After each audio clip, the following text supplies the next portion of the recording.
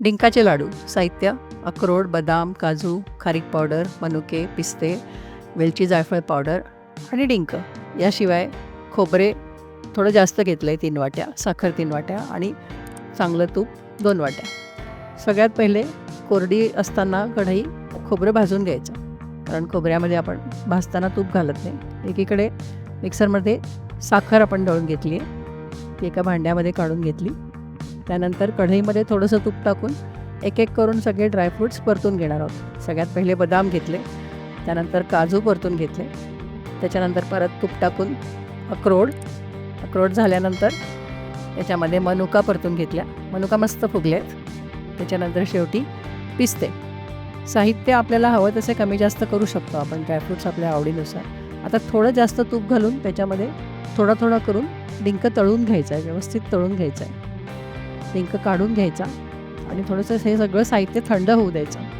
त्यानंतर सर्वात शेवटी मी थोडं तूप घालून खारीकची पावडर परतून घेतलेली आहे. खारीक पावडर परतून झाल्यानंतर ती जरा तांबूस होईपर्यंत परतून घ्यायची. तोपर्यंत साहित्य गार झालं ते मिक्सरमध्ये एक एक करून आपण पावडर करून घेतलं आहे. बदाम पावडर झाली, त्यानंतर काजूची पावडर झाली, त्याच्यानंतर आपण अक्रोड आणि पिस्ते एकत्रच बारीक करून घेतले, कारण थोडे कमी होते अक्रोड पिस्ते.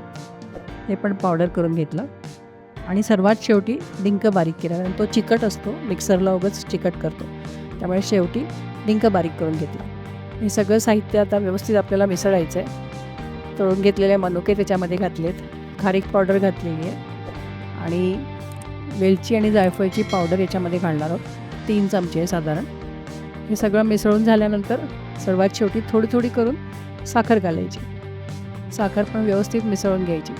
आता हे भांडं मला थोडंसं छोटं वाटत होतं, त्याच्यामुळे मी नीट मिक्सिंग होण्यासाठी कढईमध्ये काढून घेतलं. आता आवश्यकतेप्रमाणे तूप गरम करून याच्यामध्ये घालायचं आणि हाताने लाडू वळता येतो का बघायचा. वळता येतो आहे. अशा पद्धतीने आपले उपवासाला चालणारे डिंकाचे लाडू तयार आहेत.